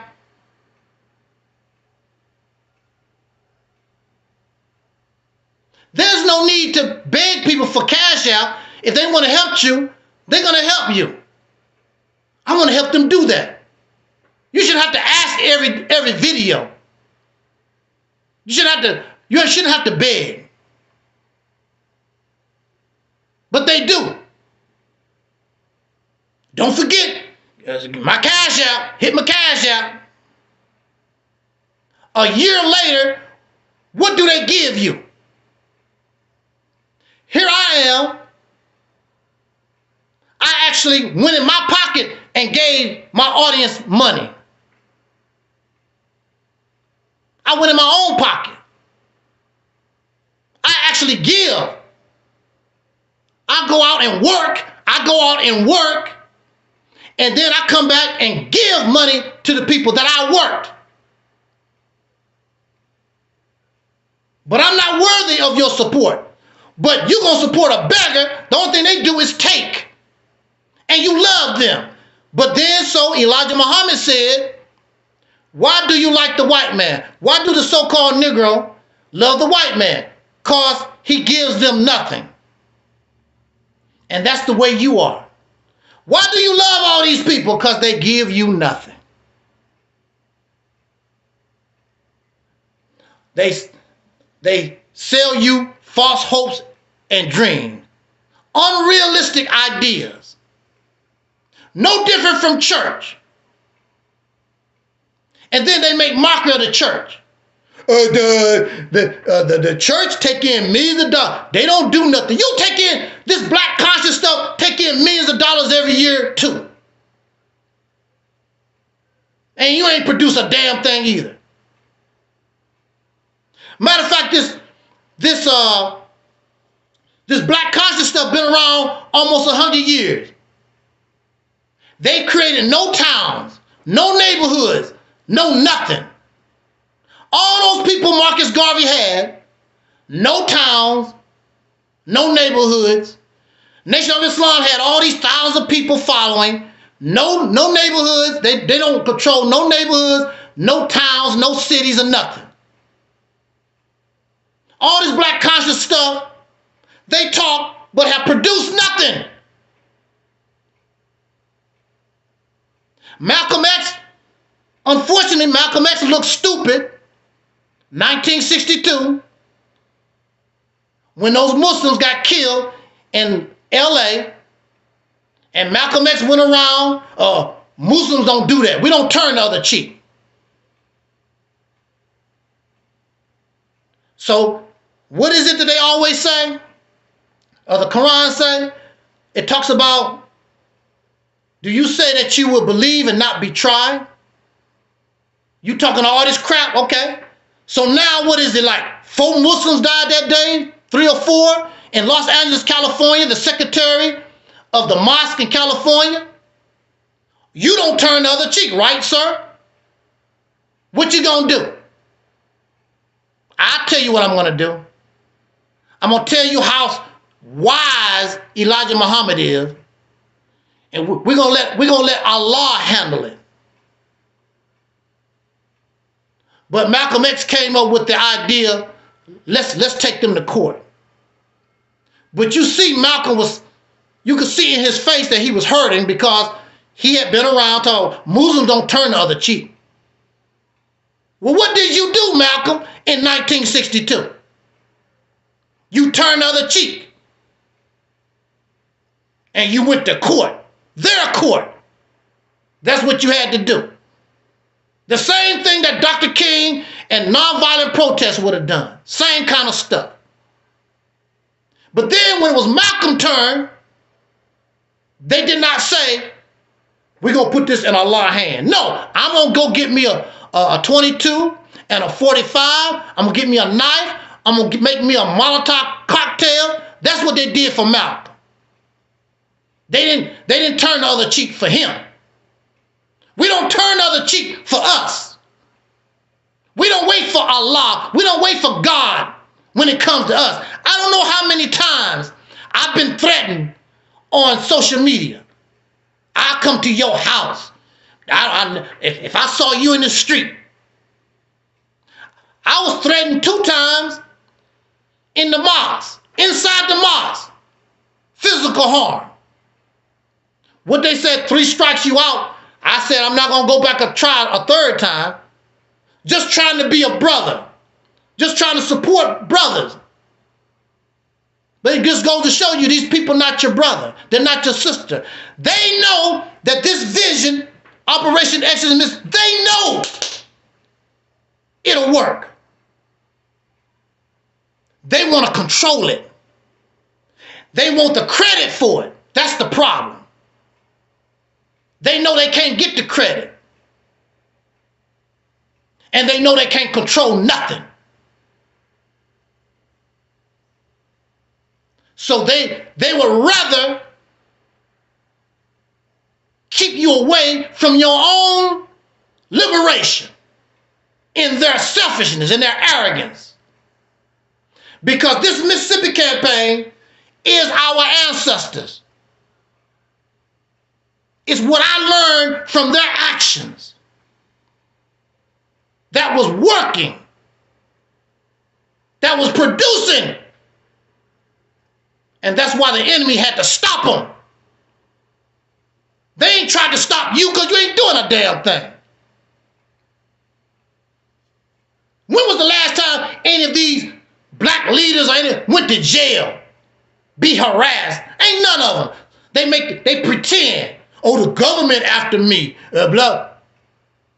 They pretend, telling these lies. There was an assassination attempt on how? What? They don't never show you no evidence. Why would the government want to do anything to y'all? None of these pro-blackity black, you ain't doing a damn thing. You happily destroying yourself. So why should I, as the government, waste a bullet, waste my resources when you are out here destroying yourself? Duh. You're doing a good job destroying yourself. One of your own people will put a bullet in your brain before the government. So why should they? You're not producing nothing, so why should they assassinate you? Because you talk.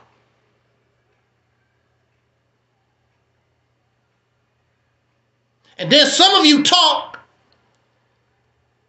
and because YouTube take down your video, then you stop talking as tough as you were, because you don't want your channel to keep getting taken down. Mr. Revolutionary. You need YouTube. You need the white man, YouTube. You need the white man, Facebook. You need his Instagram, Mr. Revolutionary. The people won't even follow you to your own damn website. Dr. Umar Johnson should have his own website, say whatever the hell he want to say. They won't go to Dr. Umar Johnson. They won't go to Sanetta. They won't go to Morsa. They won't go to these people, their own website. Even the Nation of Islam. If you don't come to YouTube, if you don't come to Instagram, they don't call these people that claim they love you. They don't even go to these people, your own website. That's pitiful. That goes to show you where their mind is at. Because Masa ice is colder than our ice. Nothing has changed. And you really don't care, because the only thing these people want is money anyway. Donate to my Cash App. Help me build a school that's never going to be built. Help me get some farmland that's never going to get farmed. Just putting on these shows. Then they get angry at me because I'm going to hold your ass accountable. And if you did it to me, you hold me accountable. And there won't be no problem with me. Because I will say, you know, you're right. I'm not producing. So let me get somebody to replace me. I will help them so we can get on the right track. I have no problem with that. Because I'm not producing. I don't know why I'm not producing. I'm not producing for y'all. So let's change management. We need a new CEO. Here I am. The vision of the Mississippi campaign, it did come from me. Where is it? Mississippi campaign? But if I can't get things to pull anything off, I'll be happy to sit back in the cut and let somebody else do it and help them as long as the job get done. But this Mississippi campaign, I have not seen nothing else that can put us where we need to be. because you need to get there quick. We need to get there because we're far behind in this race. So we need something that has jet propulsion that can get us where we should have been 50, 60 years ago. And this thing, this vision, this proposal that we call Operation Exodus Mississippi Campaign, I know it can get the job done. We must hold leadership accountable. We must be accountable. And if we are men, then we must accept accountability. If something is not working, then we need to change it or let it go. All this popularity contest garbage, I like it, that's not working for us. It's not about who I like. It's not a popularity contest. This is a life and death situation. Dr. Claude Anderson always said, if we don't change our direction, if we don't do anything about this, our people are going to be a permanent underclass. You're going to be on the bottom forever. Just like in some countries, if you're born poor, you're going to stay poor. There is no climbing up the ladder. You poor, you born poor, you part of the poor underclass forever. That's where you're going to be. And that's the way Black Americans are going to be. We're going to be on the bottom as a people and stay there. What if these people don't want football no more? They don't want basketball. They don't want to hear rap no more. What you going to do? How you going to come up out the ghetto? They don't care nothing about your painting. They don't care about your music. They don't care about your rapping. They don't care about your basketball. What you going to do? If the culture changes and don't care about that stuff no more. You don't have no kind of skills. You're just going to be on the bottom. And you know you don't like picking tomatoes, which there's nothing wrong with picking cotton. There's nothing wrong with picking tomatoes when you're doing it for yourself. The problem is when you're doing it for massa, when you're doing it for somebody else's benefit. Ain't nothing wrong with picking cotton. That's how we make our clothes. That's how we make things for ourselves. Cotton is not the problem. The problem with cotton was you picking it for massa. There's nothing wrong when you picking it for yourself. But this vision that we call Mississippi Campaign, it puts all of us to work. And because it puts all of us to work, you'll be shocked how we begin to rise so fast. Even the little infants that can barely crawl, find something for them to do. We're going to work. But if you don't want to work, then keep your happy ass in the cesspool and stink. And since you stink, that's the reason why we didn't deserve a Dr. King. And that's why you don't deserve freedom. You're a slave. And you're really gonna figure out, you're really gonna find out how much of a slave you really are. Because with these new immigrants, because even though Donald Trump deport these people, a lot of them still gonna be coming back. They will be legal or whatever. They still gonna start pushing you out the damn way. Because if you don't want to progress, then you get the hell out the way. We want to. And they hungry. They hungry, literally they are hungry, physically. They got that drive. They got that drive to want to succeed. They got that energy. You're spoiled and you're lazy.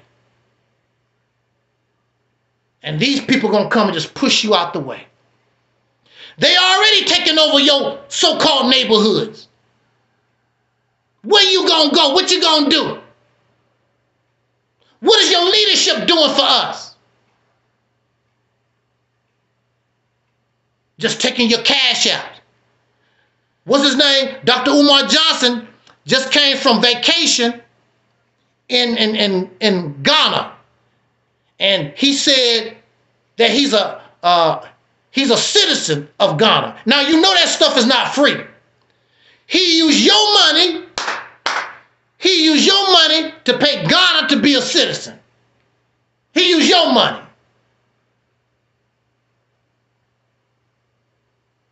The only thing these people do is take. And if that's what you want, so be it. But as long as I have breath, as long as I have strength, I have to hold black men accountable. Because the men say, I'm the leader. I'm the protector. I'm the provider. That's what you say. I'm the head of the household. But everything in your house came from another man. What kind of crap is that? So I'm going to say this and get out of here. So in the Mississippi campaign proposal, since Mississippi is an agricultural state already, I say that you can put yourself in a position to produce the best organic food, the best organic milk, the best organic vegetables, meats. You want to put yourself in the position when people look for organic food, did that come from Mississippi? See, and then when you do that, those things produce jobs. We need truck drivers. You need people in the office. We need salespeople. That produce a whole lot of different jobs. We have a energy pool that we don't even use. Get our brothers and sisters off, homeless people off the street. Let's get our people out of these jails.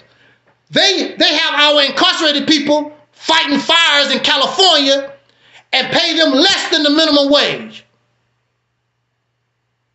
So why can't we get our people out of incarceration and pay them what they worth and put them to work? Why we can't do that? Now, of course, you got some folks you don't want to let out of jail. So but those that are in there for little or nothing or whatever, we can get them out instead of keeping them all locked up. Put them to work. All our teenagers. We have thousands and millions of teenagers that's doing nothing. They run around getting in trouble. We can put them to work. Tell them you building a nation. Tell them you building a brand new reality. Get off our ass and let's go to work. Follow my lead. Let me show you what you need to do. And if I die or if I betray you, push my happy ass to the side. You know what to do. Keep leading. Keep moving.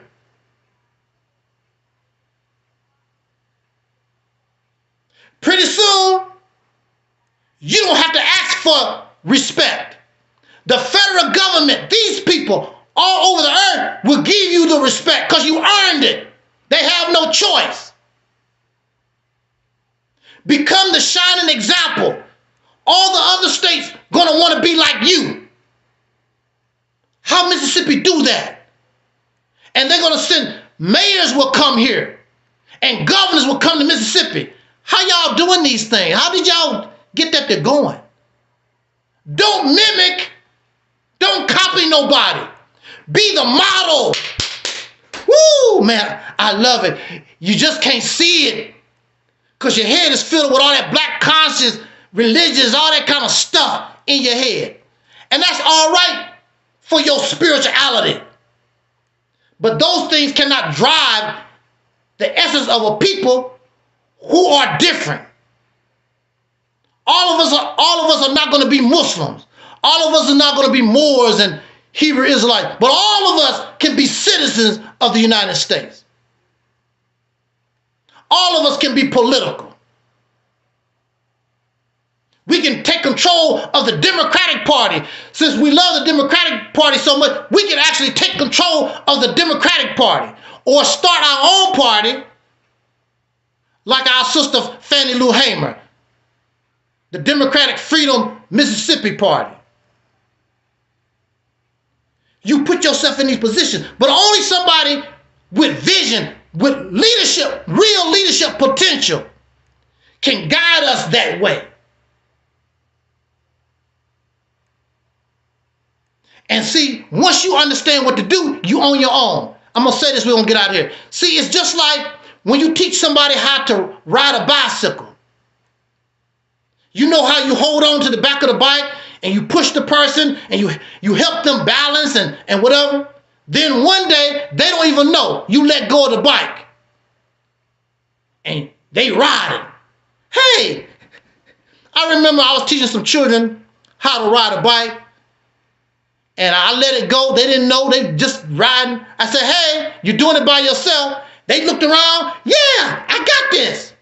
Woo! See? You're on your own. Without me. See, we didn't learn how to ride the bike. When Malcolm was here, when Dr. King was here, when they had a lot of followers, but they didn't have nobody that was learning how to ride the bike. And so when they died, the organization failed. We don't want to be like that no more. And how simple the Mississippi campaign is, you should easily, with or without me, you should easily get on the bike, pedal, and go wherever you want to. So you can bring into reality what Dr. King said in one of his speeches. He said, we're going to make it to the promised land. I might not get there with you, but you're going to make it to the promised land. And I say, not only are you going to make it to the promised land, I say, you gonna build it. That's why you're gonna make it to the promised land, because I'm gonna build it. Just like everybody else on this earth have built their promised land. And you need to build your promised land based on honesty, righteous behavior, and all the things that the scriptures tell us we're supposed to do. And stick to it and be real about it. And you don't have to be religious. You don't have to be religious. Thou shalt not kill. Thou shalt not. That has nothing to do being religious and believing in nothing. Don't kill another black person. That's part of our code. And some of us, we've developed these codes. We're going to honor these codes. And you will be successful. And I don't mind helping you. I don't mind helping us when we're trying to do right and do something for ourselves. I don't mind. I live for it. I don't mind spending the little life that I have left to help us get on the right path, as the Quran says.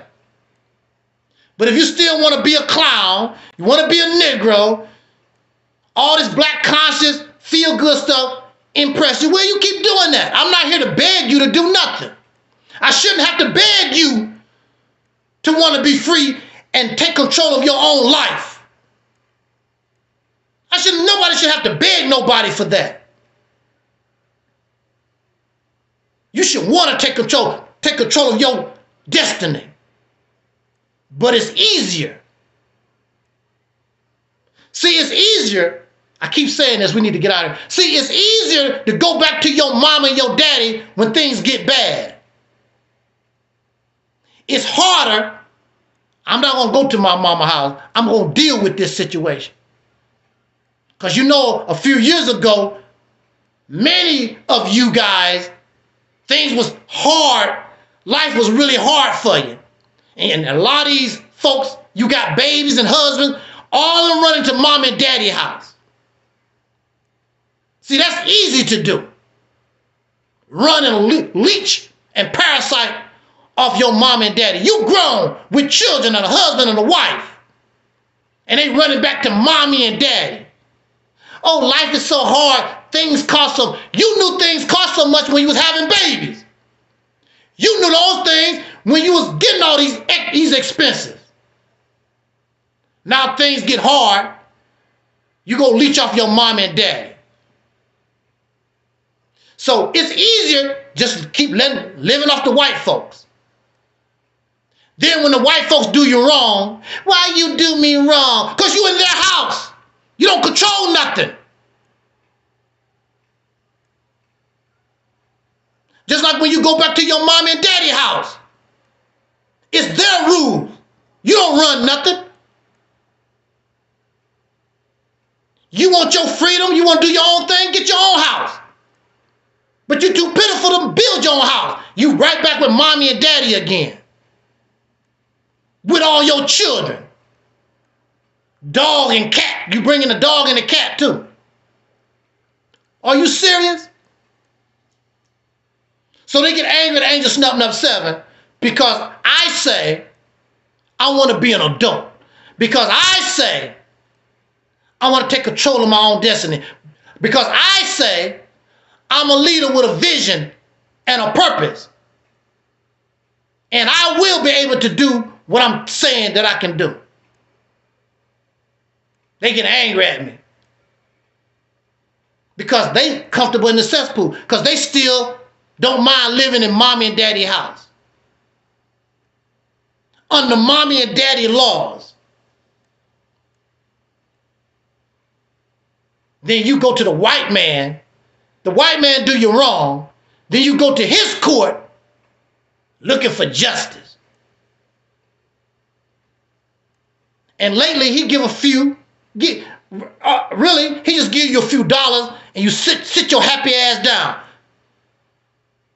Put a pacifier in your mouth. And you don't never hear about these people no more. I don't hear them talk about Eric Garner. I don't hear them talking about Sean Bell. I don't hear them talk about Trayvon Martin no more. They put some money, they put a pacifier in your damn mouth, send you to Disneyland, and it's over. I'd be damned if somebody killed my relative that I love and I'm going to shut up. I'll use that money to keep them alive. You will always know my relative died and was brutalized by the police. I'll never shut up. But these folks, because they didn't give a damn about George Floyd, they didn't give a damn about Eric Garner, they didn't give a damn about Trayvon Martin for real anyway. Get them a few dollars and now they quiet. George Zimmerman running around selling the gun that killed my son. And his daddy, oh well. Oh, it's pitiful, pitiful. I know how Malcolm felt. I know how Malcolm felt in 1962. But he was part of that organization. He had to follow his leader. And what Malcolm didn't know, that leader was not going to mess up all his wealth and living comfortable, trying to attack whites, because he know what these folks will do. I'm not losing my lifestyle because a couple of Negroes got shot. The hell with that. Because he knew what we know what the United States government would do. The hell with them Negroes. But you can kill a black man, no big deal. Kill Malcolm, no big deal. But if they had killed police officers and they thought the Nation of Islam did it, you know what was going to happen. And Elijah Muhammad said, no. I'm living good, baby. I was poor as hell. Eating bean water pork rind. Now I'm sitting in a gold chair. I get the best of food. All these people praising me and serving me. I'm not getting, who cares about them niggas got shot in California? Malcolm working for free.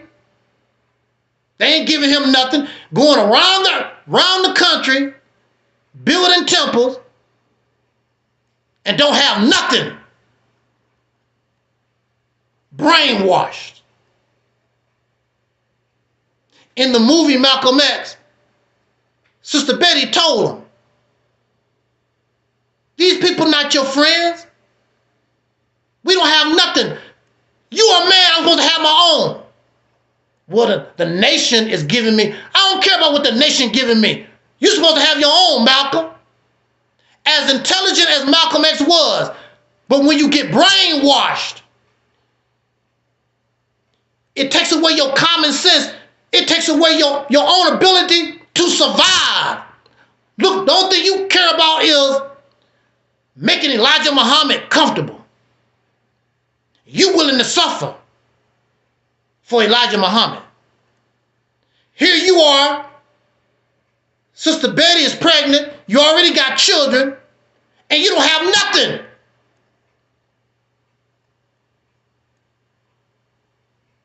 You don't think about, well, what if something happened? A lot of men have a problem with women because they want their own. Well, I'm the provider. You could die, or you could cheat on me and go with another woman. Everybody has the right to look out for your own life. So if you're a woman, he cheat on you, or he dies, you still supposed to be able to take care of yourself with no problem. You need to look out for yourself. There's nothing wrong with that. If he don't cheat on you, if he don't die within your lifetime, that's good. But everybody has the right to look out for your own life. A lot of these women, they get cheated on, or the husband died, and they like what happened to Sister Betty. What I'm gonna do now? Luckily, she had some friends that helped her. But everybody don't have a friend that will help you in your time of need. That's why a lot of people on the streets, homeless, they don't have nowhere to go. They have family, but ain't no family gonna help them. There's nothing wrong with looking out for yourself. If I'm in error in anything that I say, you can come here and straighten me out. I have no problem with that. I always say, and they never say, but I always say, I could be wrong. My thinking, I could be in error. I always say that. I could be. I really doubt it, but I could be. I will give you an opportunity to show me am I wrong, because I want to do better. I want to be as right as I can be. But I already know many of you don't know that you follow lies. Many of you know that you're wrong, but you're going to stick to it because you don't care about the truth. The only thing you care about is keeping not hope, keeping your lie alive. And that's not what Dr. King was about. I thank the creation. I thank the heavens. I thank whatever caused Dr. King and all our ancestors prior to myself. I thank that essence, that energy for bringing them to us. Without them, I would not exist. I would not exist. And apparently, just like Dr. King, we come into existence for a reason. You will never hear nobody on this media talk like me. Nobody. When what it is, the scriptures say, those who know God, you'll know his voice. And I know when I talk And I know when I present these things, you hear the voice of God. Whether you believe it or not, there's something. But you want to tune it out because of the vessel that God chose. God chose this vessel because those others can't handle the message. So I got to put this message in a vessel that used to be like that. That's why I understand where you're coming from. That's why I know where you're coming from, because I am you. You're not telling me nothing new. I am you. I was there at one time. Even the first video that I used to make sounded like you. But I grew and began to mature. I began to see things because I was a follower. But as I matured, I began to grow. I got to do my own thing. I have to start thinking for myself. Because these things aren't working. I don't know what to do, but these things aren't working. So it was 2018, having a conversation with Brother Talib on the phone. That's when this revelation of the Mississippi campaign, right over here, when the revelation of the Mississippi campaign came. And then I started adding to it and began to use my imagination and creativity and began to understand, because I already knew the history. I said, no, I see how we can make this work. Then you had a brother, Charles Blow, put out a book after 2018 talking about taking control of moving back to the southern states. Then you had Brother Kaba. What's his name? I think his name used to be Phil Valentine. Anyway, Brother Kaba, he talked about the same thing. So, but I already was bringing that. And prior to that, I was talking about we should help the country of Liberia because they are us. Many of the slaves came from Mississippi and I believe Louisiana, and they were taken to Africa and created Liberia. I was talking about that. And that's Africa. But see, these people don't want to do nothing at all. Because when I was talking about going to Africa, I was talking about going to Africa. They rejected that too. Oh, that's America. America did that. That's Africa. Those people are actual Africans. They was born there. The descendants of American slaves, but they are, for real Africans, they was born there. You're not born there. They don't have to get a citizen, take a citizen test. They don't have to pay a fee to be an African. Dr. Umar Johnson just had to pay a fee. I'm a citizen of Ghana now. Well then, sir, why don't you renounce your American citizenship since America is so bad? He didn't say that. He didn't say, I renounce my American citizenship, I'm a citizen of Ghana. He didn't do that. He's a dual citizen. But America is so bad. Go be an African citizen, renounce, since America is so bad, then you go be a citizen in Africa somewhere and renounce your, no, what they want to do, they want to be able to come back to America.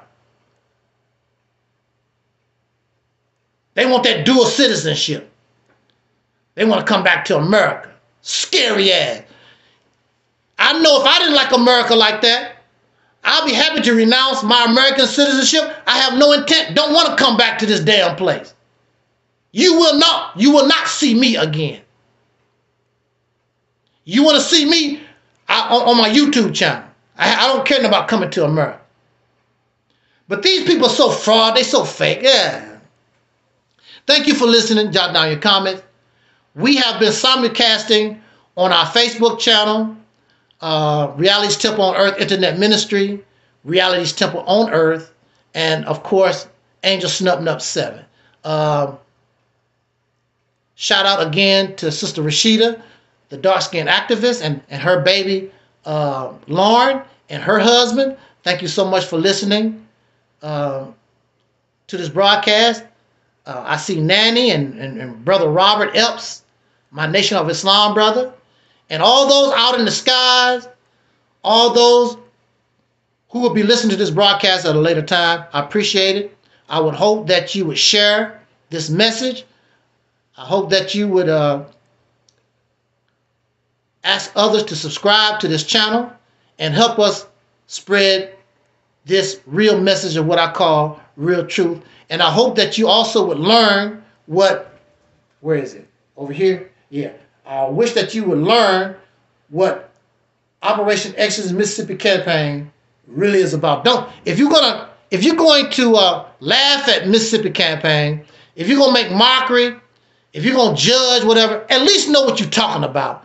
These persons just talk about things, don't have no idea. I mean, why you don't like the Mississippi? What's wrong with it? Blah, blah, blah. They cannot ask you. They don't even know nothing about what the plan, the proposal is about. That's stupid. That's, you're doing things in ignorant, but you're so intellectual. Really? Okay. See, I hurt their feelings because I take the time. I know what I'm talking about. I don't know the ins and outs, but I know the basics of these things. Matter of fact, some of it I actually lived and practiced.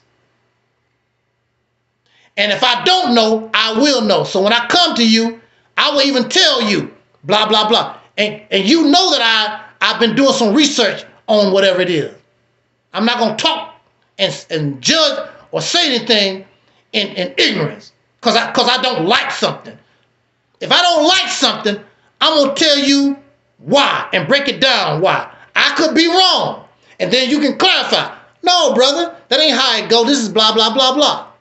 Oh, now I understand. Thank you for clarifying. They don't do that with me. They act like children when it comes to me. I don't like Mississippi Campaign. I don't like you. Silly ass folk. So-called adults. We out of here, y'all. Thank you for listening. And may Dr. King rest in peace, and send shout out to his family, Sister Bernice King and the King family, and all those who have helped us in this struggle since we have been here. Whether it's little, whether it's big, it don't make any difference. Anybody that has done anything to try to help us in this situation, I respect you. I have no choice. I have to respect you for trying to do something for ourselves. Now, I am saying, if we did this Mississippi campaign, we will totally get up out of the mud on our way to, you just don't understand. Stop copying people and be the model. That's what we do here. So on that note, again, thank you for listening. Jot down your comments, subscribe, all that kind of good stuff. As our ancestor Don Cornelius used to say as in parting, we wish you love, peace, and soul. And we are Audi 5000.